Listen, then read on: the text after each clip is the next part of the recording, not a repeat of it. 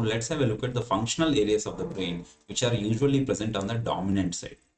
So when you're looking on the lateral surface, we have seen the sulci already, the central sulcus and the lateral sulcus. The precentral gyrus acts as the primary motor cortex and the postcentral gyrus acts as the primary sensory cortex. As you can see, the motor cortex is always thicker than the sensory cortex. Then you have anterior speech area, Broca's area. In the inferior frontal gyrus, the pars triangularis and pars opercularis, these two together contribute to the anterior Broca's area, whereas the posterior end of the lateral sulcus, this will correspond to Wernicke's area or the sensory speech area.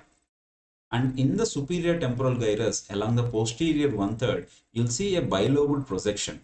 This corresponds to the auditory cortex. It is known as Heschel's gyrus. And we have seen the calcarine sulcus in the medial surface. So on either side of calcarine sulcus, that will correspond to the visual cortex. So these are the functional areas that you need to remember.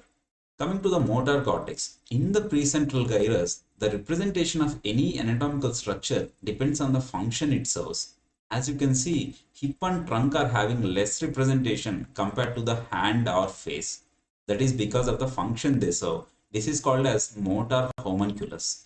And on imaging, you will consistently observe some areas, particularly the hand knob region.